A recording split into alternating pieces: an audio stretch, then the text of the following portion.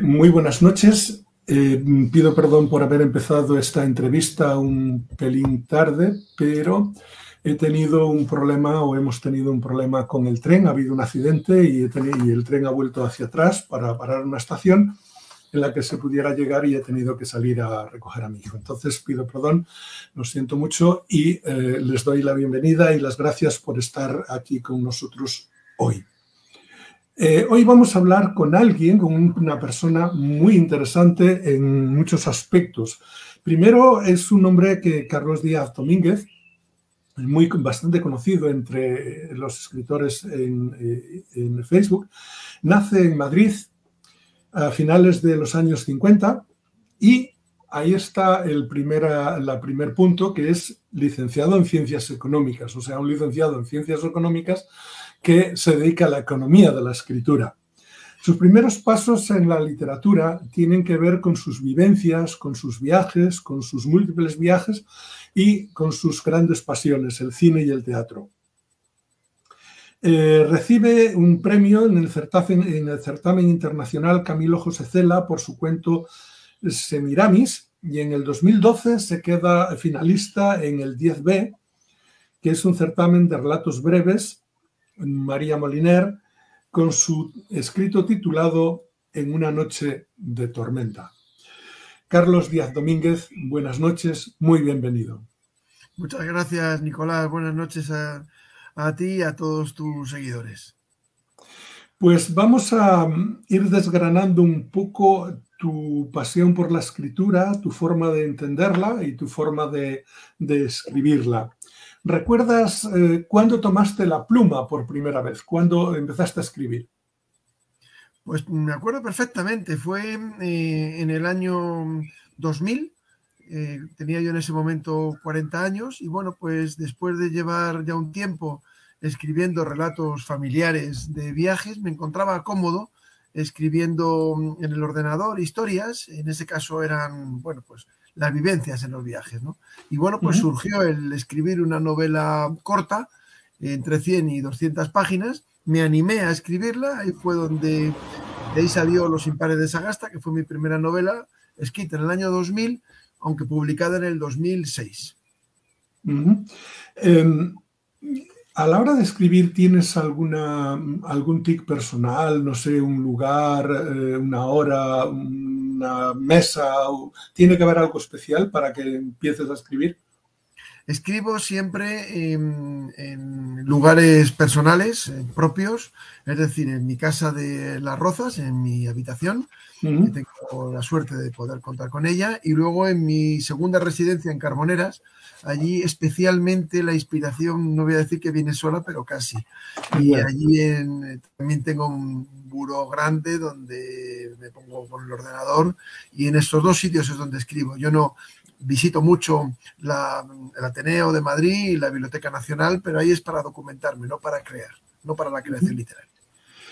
Después de 10 novelas publicadas, creo que ya te podemos preguntar ¿cómo te definirías a ti mismo como autor? Bueno, yo creo que casi un poco desde el principio me podía definir como una persona muy imaginativa que en cada trabajo tiene que buscar la ortodoxia de la literatura. No se trata de tener imaginación solamente, sino que eso hay que canalizarlo con unas reglas tanto sintácticas y gramaticales como narrativas. Y ese es el mayor reto al que me enfrento siempre que afronto la creación de un nuevo trabajo. ¿Y qué supone para ti la escritura? ¿Qué te aporta? Pues hombre, decir que me aporta todo quizás es un poco exagerado, ¿no? Porque aparte de la escritura, pues también hay otras facetas en las que afortunadamente pues tengo una vida muy centrada, como es la familiar. Lo que ocurre es que desde que yo estoy publicando desde 2006, yo siento que soy una persona distinta, que tengo mucho más interés por todo, que me ha permitido la literatura conocer a personas realmente increíbles, que en ninguna otra circunstancia habría podido sentarme con ellos y escucharles y hacer preguntas relacionadas con las novelas, las distintas novelas que he escrito. Me ha permitido leer muchísimo más. Yo antes leía muy poco. Yo nunca he sido el niño que estaba con el libro. Sí que me han gustado mucho los tebeos, me gustaba muchísimo el cine, pero no especialmente la literatura. Yo realmente ha sido descubrir la necesidad de leer cuando me he puesto a escribir. Y todo eso es gracias a la literatura. Si la literatura no hubiera entrado en mi vida sería muchísimo peor, eso con total seguridad. Y ahora que hablas de esa nueva afición a leer, ¿nos puedes decir cuáles consideras tú que han sido las lecturas decisivas en tu vida? Bueno, quizá partiendo de la base de que desde el principio me han gustado mucho los tebeos, Tintín y bueno, pues de hecho muchos lectores me dicen que mis novelas son muy visuales. Yo no sé si eso proviene de la lectura de tebeos en su día o de mi gran afición al cine, que ha sido algo permanente y constante y continuo también a lo largo de ella.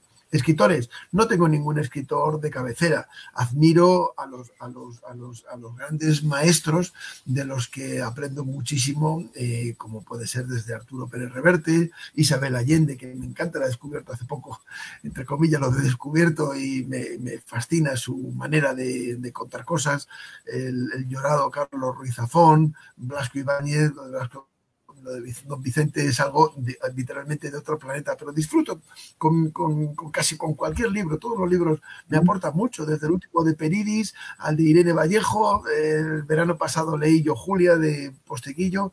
Me gusta variar de autores porque además con todos aprendo, si no tanto temas de sintaxis, gramática, quizá ya un poco menos, pero sí lo que son las estructuras narrativas es algo fascinante, ¿no? La manera de interrelacionar entre los personajes, todo eso me sirve muy bien y bueno, pues todo eso va quedando en la mente del autor y en cualquier momento puede salir en cualquier libro mío, estructuras que haya podido aprender en otras novelas. ¿En alguna novela, en algún caso, la has terminado y luego has dicho, no, este final no me gusta y lo has vuelto a cambiar? No, nunca he cambiado un final. El final siempre quizá parece una redundancia, en cine eso no pasa, o algo lógico, pero no es así. Los finales siempre los he escrito al final de la novela, eso no siempre pasa en el cine. Me consta que hay películas que lo primero que se rueda es el final, pero no tiene nada que ver. Y cuando he llegado a la terminación de la novela, el final que me ha salido es el que ha quedado definitivamente, porque además el final tiene que ser, por un lado, como dicen, imprevisible, pero por otro lado tiene que ser consecuente. Es decir, no tienes que coger la varita mágica y sacar una situación que la gente diga, bueno, ¿y esto de dónde ha venido? ¿No? Eso es lo que no se puede conseguir. ¿Hay alguna cosa que escondas de ti mismo mientras escribes? No, creo que no. Creo que no.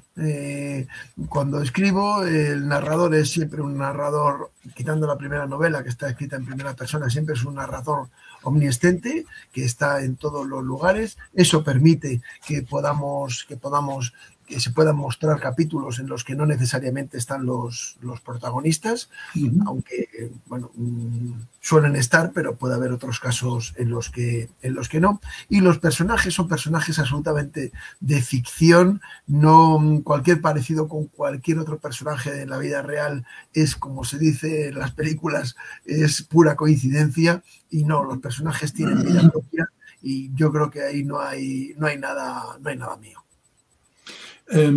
¿Alguna vez leyendo cosas que has escrito hace tiempo has dicho, ¿y esto lo he escrito yo? Sí, ¿Te ha sorprendido? Bueno, vamos a ver, no solamente algunas cosas, sino todos los libros. Cuando yo miro la estantería que tengo puestos ahí las 10 novelas, aparte de otras publicaciones más cortas, tengamos en cuenta que de las 10 novelas, quitando la primera, que era de 128 páginas, el resto, la que menos tiene, son 350 y la que más son 600. Es decir, estamos hablando de muchos cientos de páginas. Yo miro la estantería y digo, eso seguro que no lo he podido escribir yo. Eso me pasa siempre. La geografía de tu niñez, me refiero a la vivencia en familia, en el pueblo, en la ciudad, ¿te ha marcado definitivamente como escritor? Perdón, ¿has dicho las vivencias? Sí, la geografía, las vivencias, lo que ha significado para ti tu niñez, el ambiente en que has vivido, ¿te ha marcado como escritor? No, no, porque además mis novelas están ambientadas en sitios distintos, épocas diferentes. No hay ninguna ambientada en la época en la que yo era niño, en los años 60, yo nací en el 59. No, no considero de modo alguno que mi niñez tenga reflejo en mi obra literaria. ¿De dónde te brota la inspiración? ¿Qué resorte hace que salte y te empuje a contar una nueva historia? Lo busco, el resorte no salta, bueno, algunas veces ha saltado, pero normalmente lo que hago es que lo busco. ¿Cómo afronto yo un nuevo trabajo? Pues muy sencillo. Busco algún lugar geográfico o algún hito histórico que me resulte de interés personal. A partir de ahí, lo que hago es que pueden venir por un viaje, como por ejemplo los ascensores dormidos de La Habana, que vino de un viaje a Cuba, o la menorá de Petra, que vino de un viaje a Jordania. Estuve en esos dos sitios y dije, yo tengo que escribir una novela ambientada aquí por la fascinación que me resultaron esos escenarios y su historia. Lo que hago después es buscar un momento histórico adecuado a ese entorno geográfico, o a ese entorno geográfico un momento histórico, y a partir de ahí ya viene el trabajo de campo, que supone un trabajo interesantísimo, que es la documentación. Yo siempre leo los libros de documentación, vamos a decir, con dos folios al lado, dos archivos, uno anotando aquello que me pueda resultar interesante del libro que estoy leyendo, y otro, pues una tormenta de ideas, cualquier cosa que se me vaya ocurriendo, ¿no? De hecho, ya empiezan a surgir los personajes, como la película aquella de El violinista sobre el tejado, que decía la canción esa de Si yo fuera rico. Si yo fuera un escritor pues rico, en el sentido de que tuviera todo a mi alcance y no tuviera que prepararme las estrategias de marketing ni muchas cosas de esas. Lo que sería para mí indelegable sería la documentación, porque si no hay documentación, no hay guión, no sale el guión, con lo cual podría delegar muchas cosas, pero eso sería imposible. O lo hago yo o no hay novela. Hay varias personas que nos han saludado, como Cristina Gracia Atenas, Irene Jiménez, y Cristina tiene un par de preguntas. Ella habla de todas tus novelas son históricas, y aquí viene mi pregunta, ¿no? Muchas de tus historias están escondidas en la historia. Las violetas de Toulouse, mi embajada en París, Lágrimas sobre Gibraltar, aunque Lágrimas sobre Gibraltar tiene su parte, digamos, los personajes o algunos personajes son reales, pero el resto no es tanto, ¿no? ¿Tienes tendencia a escribir historias que salen de la historia, que son historia? Bueno, es que ese es el tipo de novela que escribo. En todas mis novelas, no en Lágrimas sobre Gibraltar, en todas mis novelas se intercalan siempre personajes reales con personajes de ficción. Eso es una norma a partir de la tercera.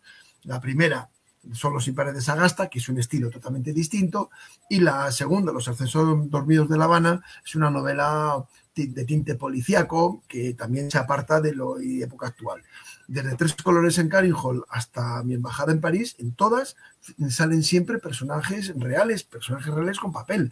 Estamos hablando desde Hermann Göring a Harold Wilson, a Golda Meir, a Juan Negrín. Estamos hablando de Santiago Carrillo, de La Pasionaria. Estamos hablando de personas que han existido y que fue en el Teatro del Apolo, papel protagonista muy importante es Alfonso XIII y toda su familia, como Victoria Eugenia. Con lo cual, eso es una constante de mi obra literaria, en la que en el escenario meto personajes reales con personajes de ficción, y lo que me dice todo el mundo es, bueno, ¿quién es quién? Sobre todo los de ficción me preguntan, ¿pero estos existieron o no existieron? ¿No? Bueno, claro. Pues eso para mí yo lo tomo como un halago. Sí, lo es. Cristina dice, oye, ¿y no te ha inspirado Sarajevo? Sí, claro que me ha inspirado Sarajevo. Bien, ¿cuál es tu punto débil como escritor? Bueno, eso quizá lo tendría que decir los lectores. Yo procuro que no se traslade ningún punto débil. Cuando vi hace mucho tiempo la película maravillosa de Amadeus, recuerdo que Salieri, el enemigo acérrimo de Amadeus, cogía las partituras de Amadeus y se subía por las paredes al ver que él escribía sin tachones, es decir, las composiciones le salían a la primera. Bueno, pues y eso no podía entender que eso fuera así. una composición musical, pues supongo que como cualquier texto, pues se empieza y hay que ir dando matizaciones. Empezar una novela de principio a fin sin tener que corregir, pues lo veo como imposible. Y en mi caso, desde luego, es así, ¿no? El otro día leí que Ernest Hemingway, recordemos, fue premio Nobel, decía que el primer borrador lo llamaba excrementos. Hombre, no sé si tanto, pero mi primer borrador es infumable, eso no hay por dónde cogerlo. Hay palabras repetidas, adjetivos que no están bien puestos, tiempos verbales, todo ese tipo de cosas es lo que ha quedado el primer borrador, pero me alegro mucho de terminar ese primer borrador porque ahí tengo el esqueleto de la novela. Luego son meses, muchos más meses corrigiendo una novela que con la creación literaria, o sea, con la creación de la misma. Y bueno, pues eso es quizá mi punto débil. Lo que ocurre es que es pues de bambalinas hacia afuera, hacia adentro, de telón hacia adentro. Eso es algo que cuando le llega al lector, afortunadamente nadie me dice que la lectura sea una carrera de obstáculos, ni mucho menos. Hablamos de lo que es la trama, pero no de que tengan problemas a la hora de leerlo. Claro, hace no sé, unos meses alguien escribió en Facebook, bueno, pasó lo siguiente, alguien puso una foto de un texto de Cervantes, ¿no? Y Cervantes pues tachaba, escribía una palabra encima del tachón, otra al lado, otra con una flecha, bueno, y debajo puso otro. ¿Y qué crees que pasaría si nosotros todo lo que hemos hecho en Word estuviera presente en la página? Pues claro, hoy en Word se borra y desaparece todo y no queda rastro. Pero si realmente quedara todo... ¿Dónde quedaría nuestra reputación? Claro. No, vamos que lo digo, pero el otro día estuve leyendo un libro de vez en cuando leo cosas de escritura, ¿no? Y hablaba de eso, de Hemingway, me llamó mucho la atención porque lo llamaba excrementos. Y es verdad, yo creo que eso posiblemente le pase o nos pase a todos. Por eso, punto débil, pues que quizá me gustaría escribir a la perfección al principio y le dedicaría menos tiempo a las correcciones, pero tampoco no tengo ninguna prisa, no tengo ninguna necesidad de terminar ni de cumplir ningún plazo. El libro se escribe cuando me apetece y se publica también cuando quiero. Es así. Claro. ¿Tus historias están planificadas desde el principio hasta el final? ¿Lo tienes todo ya en la cabeza o en papel lo que va a pasar, punto por punto? No, ni mucho menos. Todo no. Tengo un arranque, tengo una continuación y puedo tener algún final previsto. Lo que ocurre es que conforme voy escribiendo y muchas veces apoyo con documentación anexa porque hay veces que la situación me pide el profundizar en algo concreto. La interrelación de los personajes, hay veces que los personajes tengo una idea con ellos y luego unos se van cayendo, otros toman un protagonismo mayor, hay una idea y un esqueleto, sobre todo en un primer momento, una base, incluso hay ya un final previsto, pero no la planificación de capítulo a capítulo, en el capítulo 23 pasará esto y en el 24 esto otro, yo particularmente no la tengo. ¿Y los personajes se te suelen revelar? Sí, muchas veces. Toman iniciativas propias. A veces discutimos, son discusiones acaloradas porque me piden hacer cosas que yo en principio no había pensado, pero bueno, pues los personajes viven en mí desde el primer momento y conforme van pasando los meses, esa relación personal con ellos se va incrementando y bueno, pues tienen su personalidad y eso es así. Hace poco volví a ver la película, que es una verdadera maravilla, la de 2001, Una odisea del espacio, y recordemos que el ordenador que mandaba y que gobernaba la nave, pues en un momento dado toma personalidad propia y toma iniciativas propias. Y aquí un poco de eso pasa, ¿no? Y bueno, pues si lo que me proponen me parece correcto, por supuesto que les hago caso. Claro. Esto yo sé que desde fuera, esto que estoy diciendo no se entiende. Lo siento. Bueno, hay gente que piensa que eso no puede ser porque ellos lo miden todo. Yo no mido tanto. O sea, yo sí hago fichas, no sé si tú haces fichas de personajes. Sí, por supuesto, por Hago supuesto. fichas de personajes y pongo Fundamental. los gustos de dónde es, cómo se llama, cuándo nació, etcétera, que tiene, ¿no?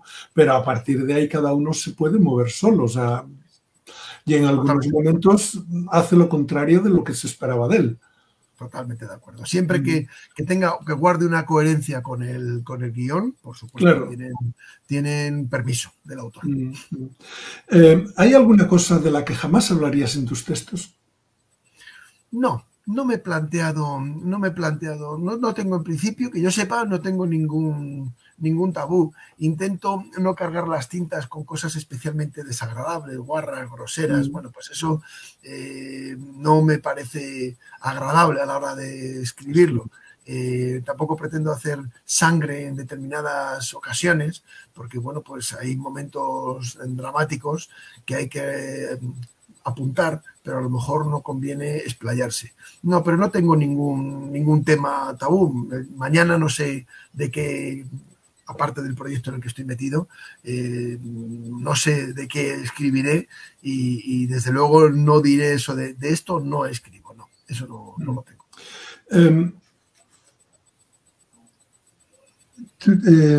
Hay algo, o sea, a un escritor que empieza, ¿qué le dirías? ¿Cuál sería el consejo que le darías tú? ¿O cuál fue el consejo que te dieron a ti cuando empezaste a escribir? Bueno, yo es que no, la última clase de lengua y literatura la tomé el año que murió Franco, entonces no he vuelto a tomar ninguna. Con lo cual no he recibido consejos de ningún profesor porque no he asistido a ningún taller, ni curso, ni seminario, ni nada de esto.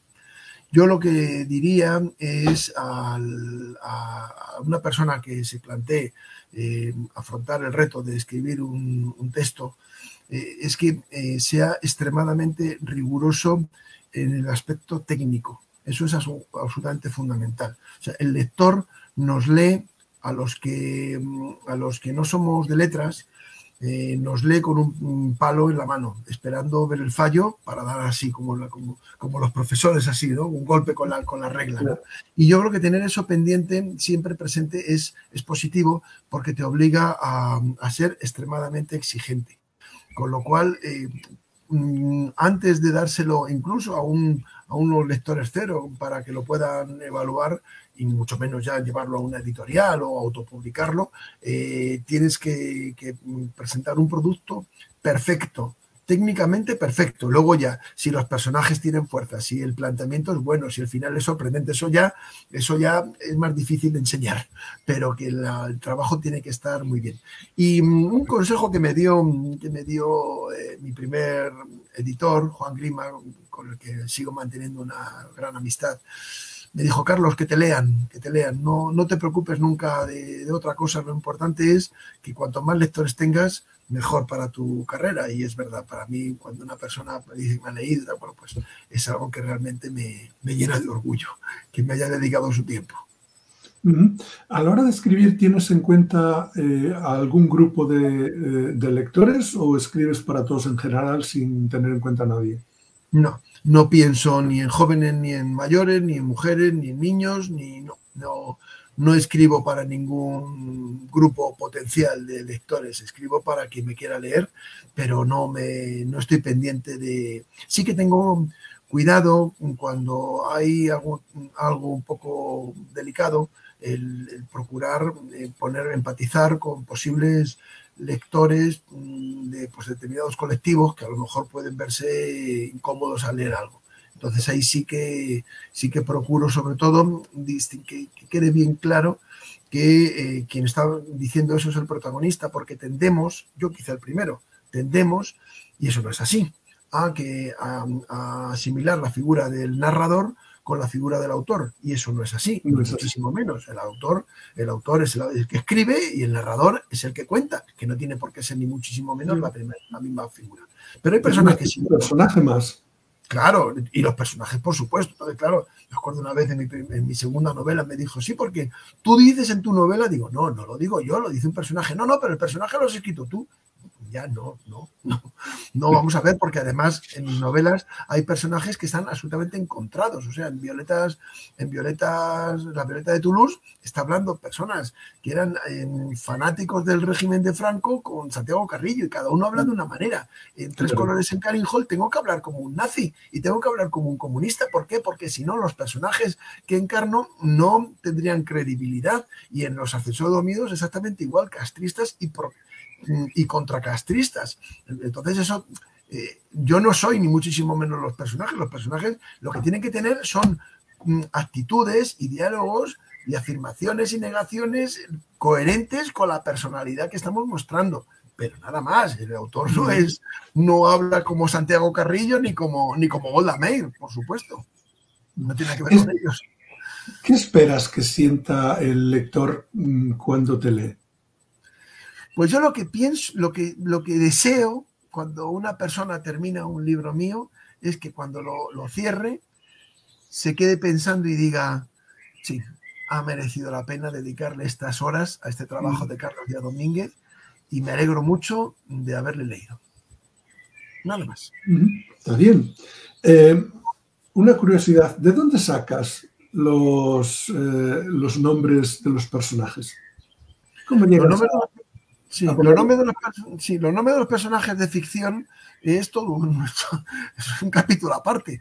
Bueno, muchas veces procuro tirar de la tierra de donde son.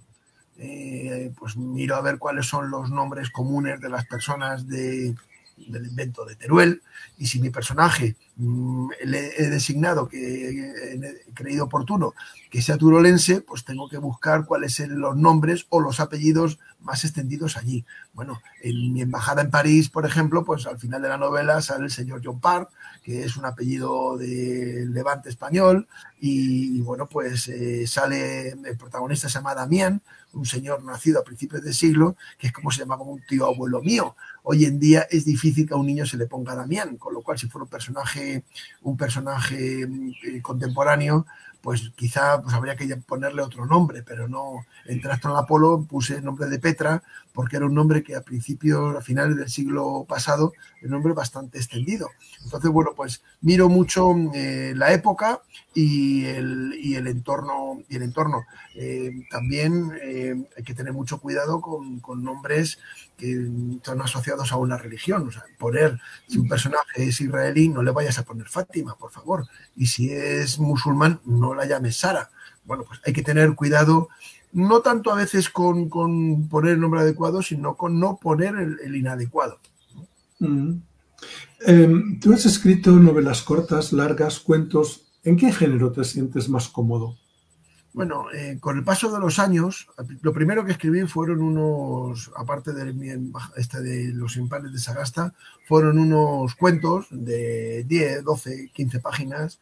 Y bueno, con el paso del tiempo me he monopolizado ya mi tiempo y ya con el paso de los años, y hoy en día escribo solamente novelas. En alguna ocasión, satisfaciendo la demanda de mi amigo, el editor de Almería, que publica todos los años unos relatos breves para unos libros de verano, pues accedo encantadísimo a su ofrecimiento y bueno, pues escribo algo corto de 10, 12 páginas que también me sirve para dar un pequeño cambio, ¿no? Y bueno, pues va inherente también a unos protocolos de que nos juntamos, comemos, cenamos, charlamos y nos reímos mucho, un colectivo de personas, ¿no?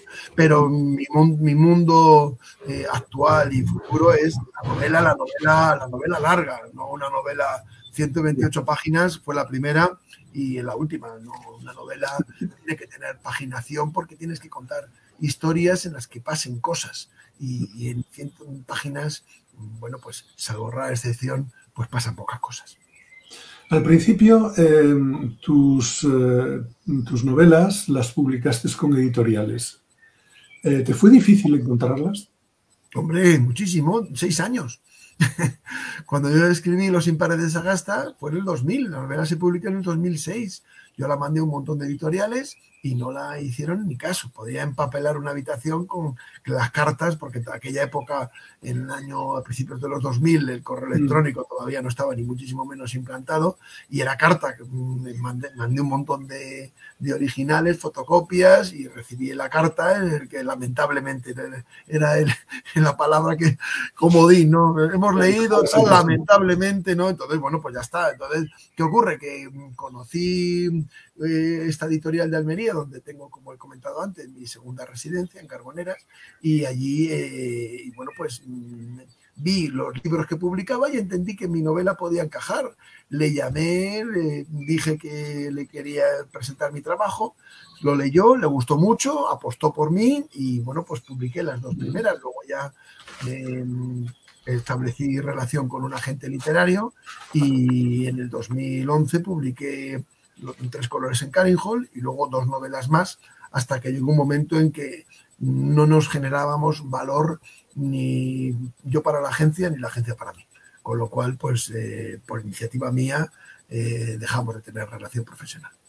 ¿Qué es lo que más detestas en el proceso de la publicación? Pues la verdad es que no detesto ninguno. No detesto ninguno. La escritura pues se basa en buscar una idea, como hemos dicho, documentación mucho, buscar personas que te puedan dar más información concreta, hacer viajes, todo esto que estoy contando suena como muy bien, y es que es así. Luego viene la escritura. La escritura es un proceso que no sé por qué me cansa físicamente. Cuando estoy un rato escribiendo, me levanto de la silla mucho más cansado que si me fuera a caminar a toda velocidad, cosa que hago casi todos los días. Después de la escritura viene, ya tenemos el excremento que decía Hemingway, viene un periodo precioso que es analizar toda la novela de cabo a rabo, una y no, 1000 veces no, pero muchísimas, ¿no? Luego pasar los lectores cero, que la leen, que opinan sobre, no sobre la novela, sino sobre cada capítulo, personajes. Yo les hago luego una especie de cuestionario, me lo responden, me cito con ellos, y luego ya una vez que tenemos ya, o que tengo la novela totalmente terminada, viene la elaboración de la portada, que es un proceso también muy bonito. Luego ya viene la maquetación, luego ya viene el lanzamiento por redes sociales, un acto, siempre todos los libros he tenido un acto público de presentación de la novela o de firma de ejemplares. Ahora las dos últimas, desgraciadamente con el COVID, claro, en el 2021 y el 2022, en abril, pues ha tenido que ser un acto de firma. No hemos podido meternos todos en un lugar, en un local amplio para hacer una presentación con proyección de diapositivas o, en fin, con cosas diversas, ¿no? Todo eso que estoy contando, pues es algo que me encanta, todos los pasos, ¿no? No hay ninguno, ¿no? Y luego la promoción continua en redes sociales, el recibir el feedback, el reflejo de lo que te van diciendo los lectores, nada, todo precioso, ¿no? No tengo ningún paso, no hay ningún punto que me resulte incómodo. Y un poco ya hablando de tus libros, sobre todo de los dos últimos, en el penúltimo, Las violetas de Toulouse, te sumerges en el mundo republicano fuera de nuestras fronteras. ¿Por qué te has metido en ese tema? ¿Cómo llegaste hasta ahí? Pues ¿cómo llegué? Porque me enteré de un hecho que yo no lo conocía, y era que, además, pulsándolo incluso entre la gente que conoce nuestra historia contemporánea, desconocían que el ejército republicano, los exiliados republicanos en el 44, movidos por el calor de la finalización de la Segunda Guerra Mundial, ya se había hecho el desembarco en junio del 44 en Normandía. Francia ya había sido liberada, fue liberada en agosto, París y el sur, pues por ahí más o menos. Planearon invadir España, entrar en España, y pensando que con la caída del régimen de Hitler caería también el régimen de Franco.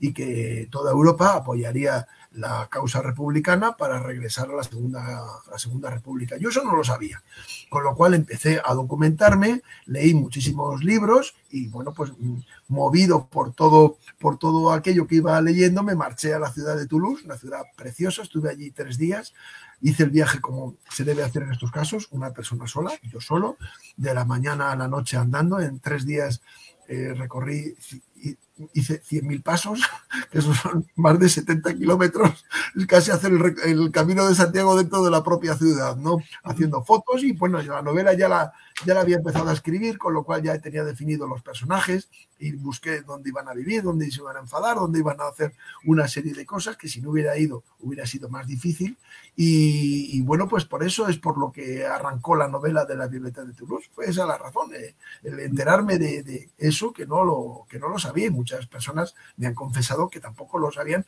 que durante 15 días en el Valle de Arán estuvo allí plantada un mástil con la bandera tricolor, eso fue así. En las Violetas de Toulouse hay 2 mujeres, bueno, realmente tienes bastantes mujeres en la novela, pero hay 2 mujeres, Catalina y María Eulalia, que son reflejo de un mundo lleno de contradicciones y que de alguna manera ese mundo a ellas no le permitió elegir el bando. Bueno, yo creo que no. Perdón. Sí, no, sigue. No, te va a decir que tampoco a lo mejor el objeto de la entrevista es profundizar muchísimo en este tema, no. Pero yo creo que la inmensa mayoría de las personas, o una gran parte de la población, estuvo en un bando porque le tocó estar en ese bando. Claro. Es decir, tú estabas esa polarización que hubo durante la guerra no existía antes. Es verdad que mucha gente pues nadie quería violencia, o la inmensa mayoría de la población no quería violencia, ni contra la iglesia, ni contra ningún líder sindical, todo ese tipo de cosas era común en la población. Surge el levantamiento militar, te toca en Madrid y las circunstancias te colocan la bandera tricolor. Te toca en ese momento en Salamanca y las circunstancias te colocan a ir a misa y a cantar allí lo que tienes que cantar, claro. Entonces, Catalina es una costurera que está en Madrid, ella está trabajando y entran unos republicanos y se adueñan del taller de costura. Y ya está, y ella ya, pues, a partir de allá se presta a ayudar, como habría hecho en cualquier otra ciudad del mundo, a ayudar a los heridos como enfermera de fortuna, porque ella no tenía ninguna formación como enfermera, pero bueno, aprendió a lo básico y ahí empezó. Y María Eulalia le ocurre exactamente igual. Ella tenía 2 hermanos curas, y es al principio de la novela, no estoy desvelando nada. Y bueno, va con ellos a misa, con ellos 2 y con su madre, y vuelve sola. Asiste al asesinato de los 2 hermanos y de su madre. Con lo cual, bueno, pues evidentemente en ella germina una planta, la planta de la venganza. Pero ella no quería ser ni mucho menos lo que el desarrollo de la novela la lleva. Sí, vale, yo de eso estoy convencido. Estoy convencido que si por un pueblo los primeros que pasaban eran los republicanos, los jóvenes que se alistaban eran republicanos, y pasaban los nacionales, pues eran nacionales. Entre otras cosas, porque si te oponías, te pegaban un tiro los unos y los otros. Y ya está. O sea que no tenías alternativa. Hablando de las mujeres tienen un papel bastante grande en tu novela. ¿Puedes comentarnos algo al respecto? Sí, por supuesto. Vamos a ver, la mujer para mí es algo fundamental en toda la narrativa. De hecho, o son las protagonistas en primera persona o tienen un papel protagonismo muy relevante.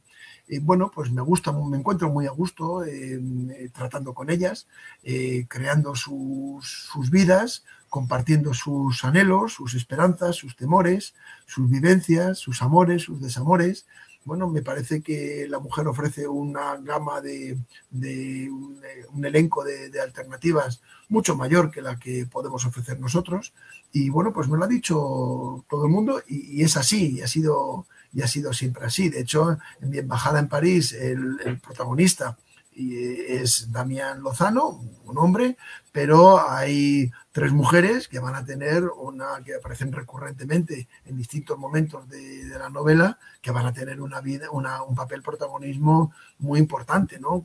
Fundamentalmente la francesa Élise Jacquet, que es la mujer que conoce según está yendo a París, y bueno, pues que le va a cambiar la vida, le va a cambiar la vida. Pasamos ahora a Mi embajada en París, que es la última novela que has publicado, ¿no? Ahí vuelves a regresar al tema de la guerra civil, pero esta vez a los inicios. En la otra era ya el tiempo de posguerra, este es el tiempo antes de la guerra, cuando en aquellos primeros momentos y por el camino nos vas dejando traiciones, rencores, distintas posturas, pero no son posturas afiliadas a un bando, sino los rencores están en los dos bandos, las dudas están en los dos bandos, las traiciones están en los dos bandos. ¿Es tu opción por no declararte en uno o en otro? Vamos a ver, tanto La Violeta de Toulouse como Mi embajada en París se toca el tema de la guerra civil, pero de una manera muy tangencial. No son ni mucho menos novelas de trincheras ni nada de esto. En La Violeta de Toulouse, la trama fundamental ocurre en el año 44, a partir de octubre del 44, que es cuando han sucedido estas cosas que he contado antes. Lo que ocurre es que tenemos que conocer la génesis de las dos protagonistas, y para conocer la génesis de cada una de ellas tenemos que ir hacia los primeros momentos de la guerra civil. Y en Mi embajada en París, la novela irá a la vez, desarrollándose a la vez que la guerra civil, pero no en España, sino en Francia, porque, curioso, hasta donde yo conozco, quitando una novela de Graham Greene que fue llevada al cine, llamada Agente Confidencial, toda la que se ha escrito relacionado con la guerra civil se ha escrito siempre en España, pero no se ha escrito nada relacionado con la guerra civil desde fuera. ¿Cómo nos veían los ingleses? ¿Cómo nos veían los franceses? Claro, yo me he llevado muchas sorpresas al averiguar y al constatar cómo los políticos y las clases burguesas e incluso trabajadoras tenían una visión de la situación española pues distinta a la que nosotros podíamos imaginar de nosotros mismos, ¿no? Entonces, a mí uno de los halagos que me parecen más bonitos que me dicen las personas de La Violeta de Toulouse, una novela que está ahora mismo en 299 valoraciones en Amazon, que es una cifra ya empieza a ser considerable para ser un título que ha salido hace poco más de un año. Todo el mundo, de forma unánime, dice eso, que la novela no se decanta por ninguno de los dos bandos. Evidentemente, no es mi objetivo el tener que hablar ni mal ni bien de uno. Yo cuento narrativamente lo que hay y los personajes, cada uno adopta la postura que corresponde. Damián Lozano en concreto es un hombre que está afiliado al Partido Socialista Obrero Español, y de hecho Juan Negrín, que en ese momento era el ministro de Hacienda, es el que le pide que se vaya para allá porque confía absolutamente en él, ¿no? A partir de ella, las cosas que le pasan, las contradicciones, la gente que conoce, pues todo está relacionado con todos los intereses que se cruzaban entre los compradores y vendedores de armamento y de pertrechos que estaban designados por la Embajada Española en París, que es donde se gestionó el famoso oro de Moscú, que por ahí ha venido la novela, ¿no? Hace muchos años leí un libro muy bueno que se llamaba El oro de Moscú y el oro de Berlín, y ahí me enteré que el famoso oro de Moscú, las 510 toneladas que salieron de Cartagena vía 4 barcos hasta Odessa, se gestionaron desde París, porque lo que hicieron los rusos fue mandar transferencias al banco ruso que tenían en París, y desde ahí los compradores adscritos a la embajada iban comprando armamentos a quien se lo vendía, fueran franceses, fueran checoslovacos, quien en ese momento era el mayor exportador de armas, fueran polacos, bueno, incluso se los compraban hasta a veces a Alemania por medio de Alemania y Inglaterra y a Francia por medio de vendedores interpuestos, ¿no? Bueno, pero ya digo, en la novela no va ni mucho menos de todo eso. Eso es el marco, eso es es como si una novela está una pareja hablando y está lloviendo. Bueno, pues la lluvia no es el objeto de la obra de teatro o de la película. El objeto de la obra de teatro es la relación, y aquí igual, es la relación de Damián con todos los personajes que aparecerán, los reales y los ficticios. Bueno, ahí te mantienes un poco nadando entre dos aguas, pero quizás te podemos empujar un poquito hacia una u otra orilla, en el sentido de que la guerra española, desde mi punto de vista, está marcada por una gran desinformación, una gran falta de estudio, una gran falta de rigor y por muchísima estupidez. ¿Tú crees que estoy acertado? Bueno, me gustaría, más allá de 4 o 5 hechos puntuales, si preguntaran, y a lo mejor hay, bueno, a lo mejor no, ahí me incluyo yo hace unos años, a ver, bueno, cuéntame cosas hace una especie de redacción larga de la guerra civil, nos encontraríamos con que muchas personas escribirían muy poquitas líneas, más allá de 4 o 5 hechos relevantes que tuvieron, pues, como se dice hoy en día, mucho poder mediático, como fue la salida de los republicanos por Gerona, como fue el capítulo del Alcázar. Bueno, pues quitando un poco todo eso, las razones de por qué empezó, de cómo se desarrolló, por qué tuvo el final que tuvo, de eso mucho habría que hablar, y coincido contigo, Nicolás, que la desinformación es importante.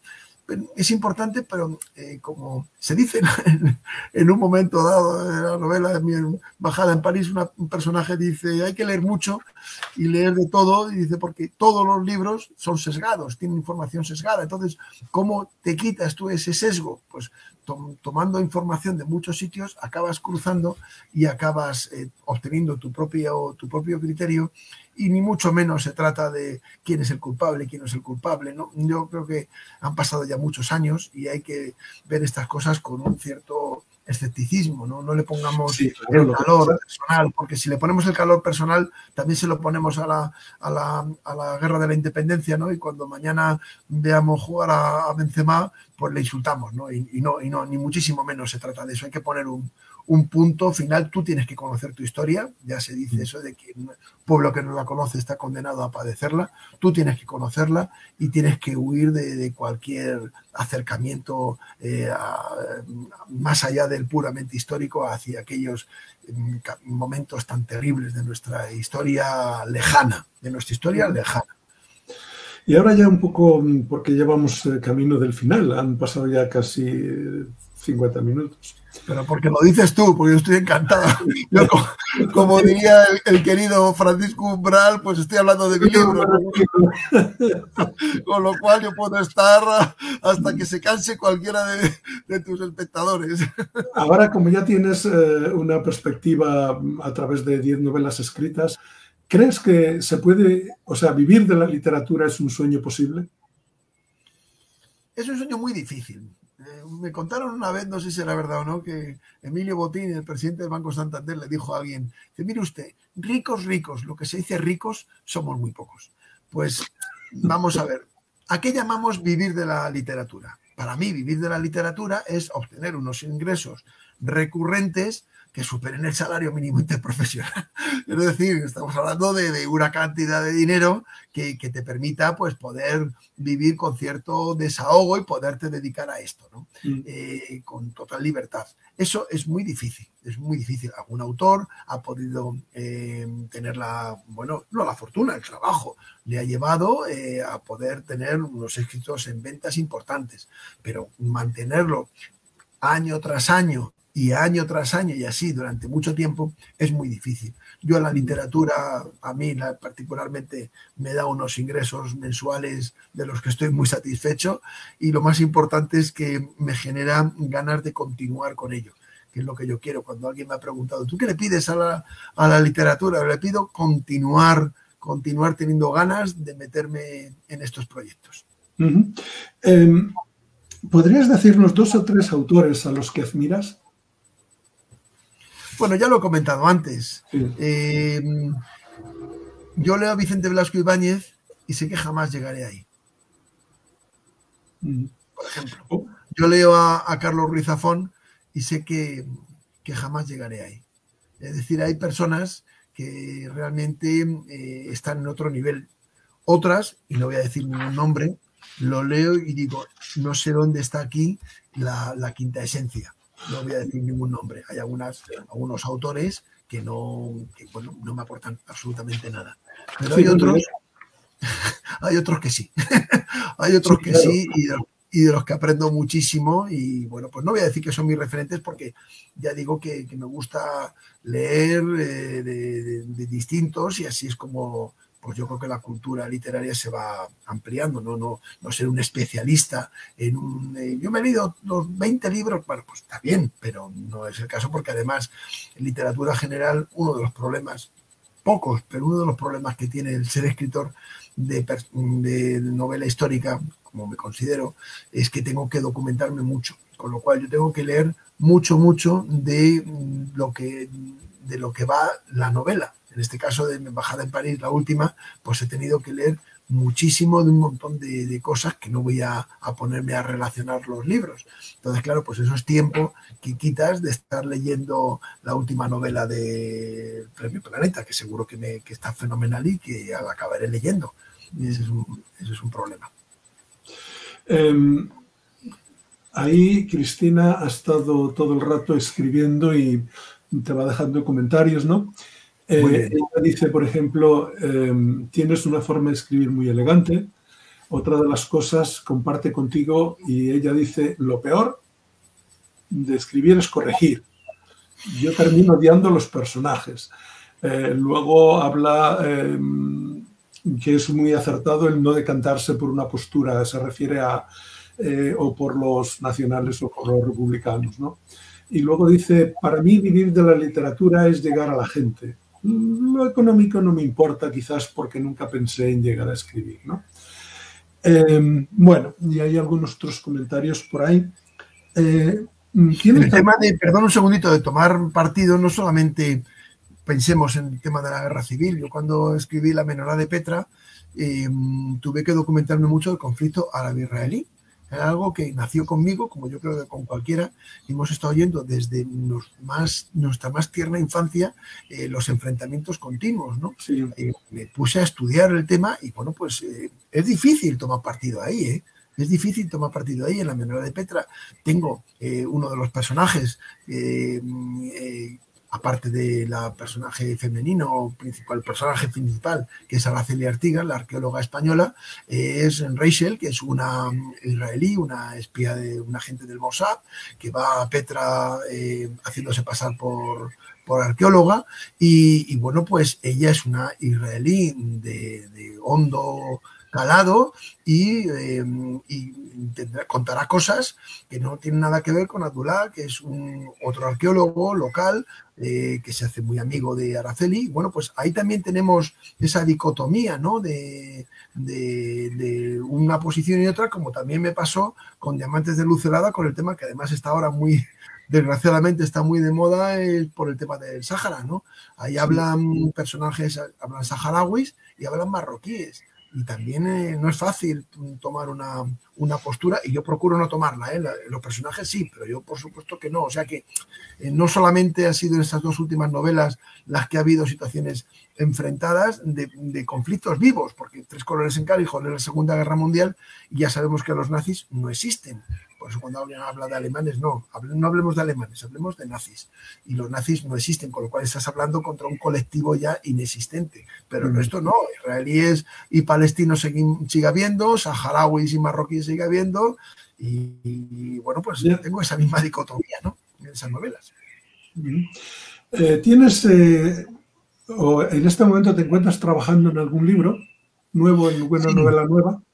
Sí, vamos a ver, yo cuando termino una novela me tomo algunos meses de vacaciones, que siempre son unas vacaciones más cortas de las que me propongo, porque tengo que hacer muchas cosas, de ordenar cosas, de cartas, bueno, tengo muchas historias en mi casa, ¿no? Y aparte hago también otras actividades.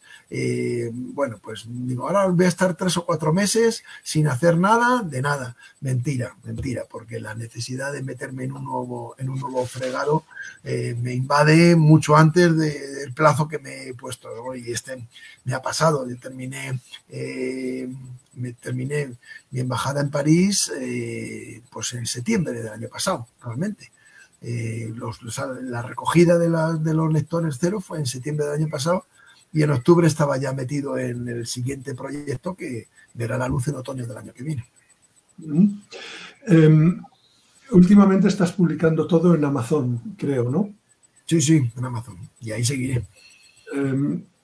¿Podrías un poco aclararnos los motivos, si no te importa? Sí, como no, vamos a ver. Amazon al principio publicaba solamente en digital. Y bueno, pues fue un tema que yo consideré, pero como soy quizás de la antigua escuela, si el libro no lo cojo en la mano, pues parece como que no hay libro. Y ni lo pensé. Y un buen día, en Facebook, precisamente, veo a un amigo de Facebook que tiene un libro de una escritora granadina que se llama Mercedes Pinto Maldonado, muy buena. Y mira, el libro de Mercedes Pinto en papel. Y dije eso de cómo, a ver de qué estamos hablando. Hablé con ella, una mujer encantadora, aparte de una magnífica escritora, y me estuvo contando cómo es. Bueno, pues Amazon publica los libros y los distribuye, pero los publica con lo que llaman impresión bajo demanda. Es decir, el libro no está hecho, el libro en el momento en que una persona lo compra en cualquier parte del mundo, y quitando Cuba, Corea del Norte y no sé qué tal, llega prácticamente a todo el mundo. En el momento en que lo compra se genera una orden de fabricación del libro que puede ser en Polonia, en el Reino Unido, en Italia, estoy diciendo casos reales, o incluso en España, y en 48 horas te lo pone donde tú le digas, ¿no? Entonces, eso es una ventaja ineludible a la hora de la distribución, es decir, eso de que el libro se ha agotado, el libro lo he pedido en la librería a ver cuándo me llega, ¿no? Eso ya se ha acabado, ¿no? Luego están los márgenes, que son unos márgenes mucho más generosos de lo que son las editoriales, no tienen nada que ver, ¿no? A principios de año, antes de publicar mi embajada en París, se puso en contacto conmigo una editorial, no de los dos grandes grupos que esa es otra. Hoy en día ya es un duopolio entre dos grupos, copan, pues no sé si el 70% de la publicación literaria, ¿no? Pero es una editorial mediana, conocida por todo el mundo, que tiene su caseta en todas las ferias del libro. Y bueno, pues me estuvo hablando de las ventajas de publicar con ellos hasta que llegamos al capítulo que en un momento dado de la conversación, esto es como las entrevistas de trabajo, podemos hablar del proyecto, tal, pero hay un momento en el que tenemos que ponernos a hablar de números, ¿no? Todo lo esquivamos, pero hay que hablar de eso. Y claro, cuando empezamos a hablar de eso, pues dije, es que, ¿qué me estás contando, no? ¿Qué me estás contando? Entonces, pues Amazon tiene una transparencia de información que no las tienen las editoriales, eso es así. Tiene un abono de las regalías a 2 meses desde la fecha de venta, cuando en las editoriales tradicionales todo lo vendido en un año te lo pagan en mayo del año siguiente. Bueno, pues tiene unas ventajas que hoy por hoy es que ni me planteo otra alternativa. Si me va muy bien, tengo mis lectores que pueden acceder al libro en cualquier sitio. Mi embajada, la Violeta de Toulouse, es un libro, como además Amazon te informa de dónde, en qué áreas geográficas se está vendiendo, que se ha vendido razonablemente bien en Toulouse. Entonces, pues ya me he encargado yo de los grupos de Facebook de informar de que existía este libro y bueno, pues ya digo, en cualquier parte del mundo lo pueden tener en papel, descarga digital, eso es instantáneo y además a unos precios mucho más razonables de lo que exigen las editoriales. De momento yo continúo ahí, no me planteo otra cosa. Pero eso te exige a ti personalmente una implicación enorme a la hora de darle visibilidad al libro, de pasarlo por las redes, etc. Mira, Nicolás, cuando he publicado con una editorial, que era una editorial muy importante, bueno, pues no, vamos a decir, las editoriales grandes, no nos engañemos, hacen promoción de un grupo muy reducido de autores. Los demás están puestos. No está mal, que te pongan en el mostrador de novedades del Corte Inglés, está muy bien. Allí con el bestseller, que me lo han puesto en su momento con 3 colores en Carinjol. ¿Qué ocurre? Que en el mostrador de novedades lo tienes 2 semanas, 3 semanas, un mes, luego ya va pasando a los anaqueles. No nos engañemos, toda la promoción que yo hacía cuando publicaba con una gran editorial, la hacía, y la promoción de la novela la hacía yo. Cuando firmaba en la Feria del Libro, el que iba a una librería a decir, oye, ¿quieres que yo firme aquí? Era yo, no la editorial. O sea, que la editorial, ya digo, se centran en los autores que piensan que les va a dar mayor valor añadido, y luego viene una clase media enorme, la cual está totalmente descuidada por ellos. Bueno, es un modelo de negocio. Yo no entro ni lo discuto ni nada. Es lo que ellos entienden oportuno. Es su dinero. Bueno, pues para mí personalmente ha sido un placer hablar contigo, estar esta noche o esta tarde aquí contigo y por supuesto que estás invitado a venir cuando sea y sí me gustaría que en el futuro volver a encontrarnos, quizás la próxima novela o ya veremos. Ha sido realmente un placer. Pues nada, el placer ha sido mío, me parece que tus preguntas han sido muy acertadas, ha permitido pues poder contar cosas no solamente de mi obra literaria, sino también otros temas que espero que hayan podido ser de interés para todas las personas que siguen esta entrevista y bueno, pues un abrazo muy fuerte para ellos y especialmente para ti por darnos esta oportunidad. Vale, para mí ha sido un placer y te lo agradezco enormemente que hayas accedido a la entrevista. Y bueno, te dejo quizás el último comentario de Cristina. Un placer haberos escuchado a los dos, tanto el entrevistado como el entrevistador. Y bueno, Cristina, por lo que estoy viendo, es una fan tuya terrible. Y nada, bueno, Cristina, amiga de Facebook, espero que estemos hablando de la misma Cristina. Sí, Cristina. Creo que sí. Ha hecho algo que para mí me llena de orgullo. Y no es que me haya leído un libro, es que me ha leído más de un libro. Cuando una persona... Bueno, ella es una lectora terrible. O sea... Sí, por eso, que si es una persona como ella, que es una lectora terrible, que me contó que lleva leyendo desde que tiene uso de razón y desde que aprendió a leer. Con todo lo que hay escrito, que repita una novela mía, para mí es algo que me llena de orgullo, de verdad. Es algo, es una emoción indescriptible. Yo sé que esto, como decía antes, puede sonar un poco raro, pero es así, que una persona te puede leer un libro, pues no sé si por probar, ¿no? Pero cuando te repite es porque ha gustado. Nadie afronta un segundo libro de 400 o 500 páginas de un autor que no te ha gustado. Eso no lo hace nadie ni por compromiso, ¿no? Y bueno, pues eso para mí es el mayor premio y el mayor incentivo. Bueno, pues muchísimas gracias y ya damos por terminado y agradecer a los espectadores que nos hayan estado mirando y a las personas que han estado atentos a esta entrevista y también agradecer a los que en el futuro la seguirán viendo. Pues muchísimas gracias. Fenomenal, Nicolás. Muchas gracias a ti y a todos.